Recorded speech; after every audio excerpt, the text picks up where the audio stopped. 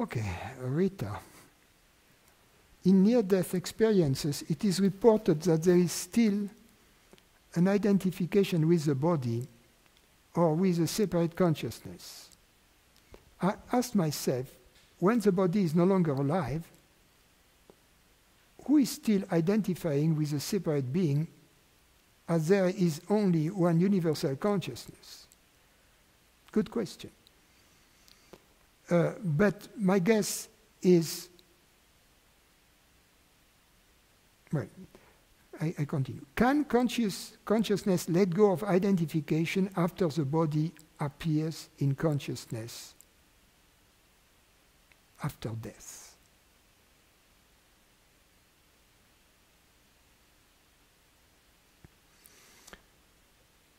You see, I ask myself, when the body is no longer alive, who is still identifying with a separate being?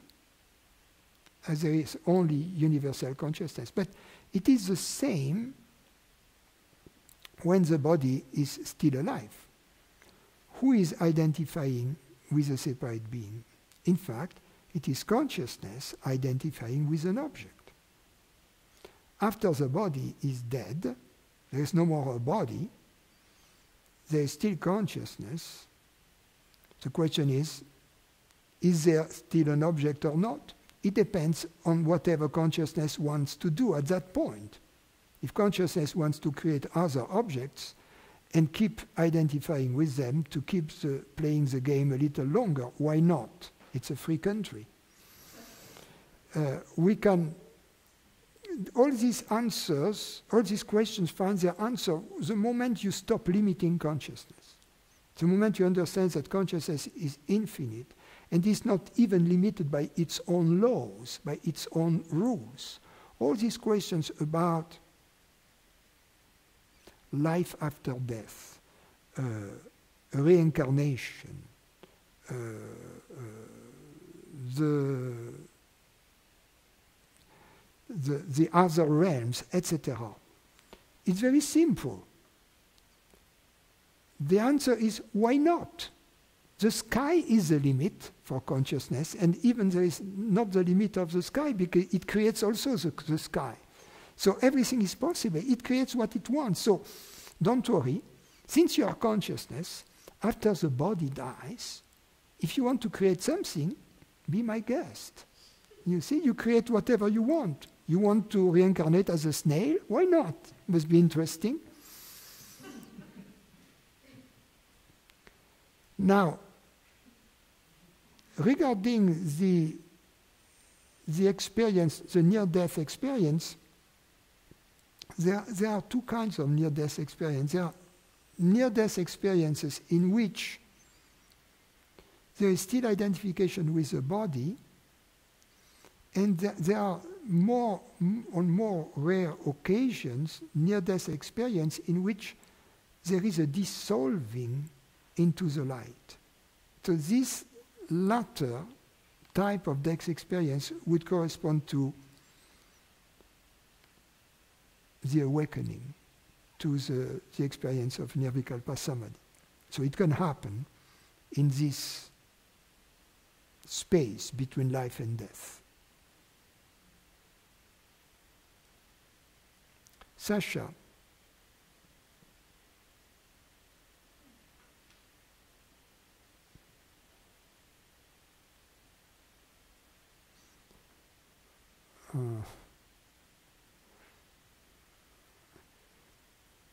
She said that she has a problem with her stepmother,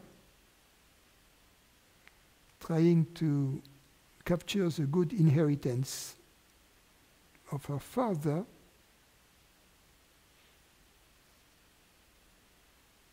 She had to get a lawyer.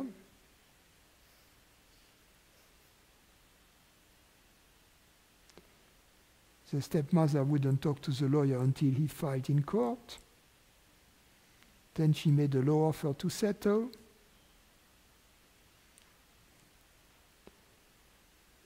She said this is her only offer and the lawyer may want her to accept it, since he doesn't get paid until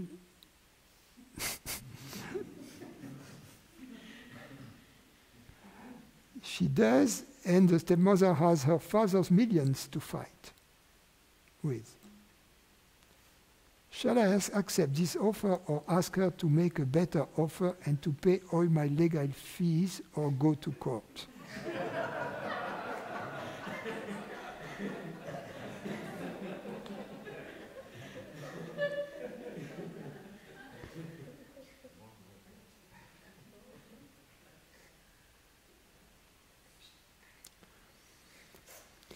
It depends how low is low in the offer. But you should try to evaluate this situation by seeing also your stepmother perspective. Try to see the situation from an impersonal vantage point. Do your best. If after having done your best, it becomes clear that this offer is not fair, don't rush to judgment, revisit everything. Then make a counteroffer. But make sure that in your impersonal best judgment, having considered the matter from the vantage point of your stepmother and from your own vantage point, make sure that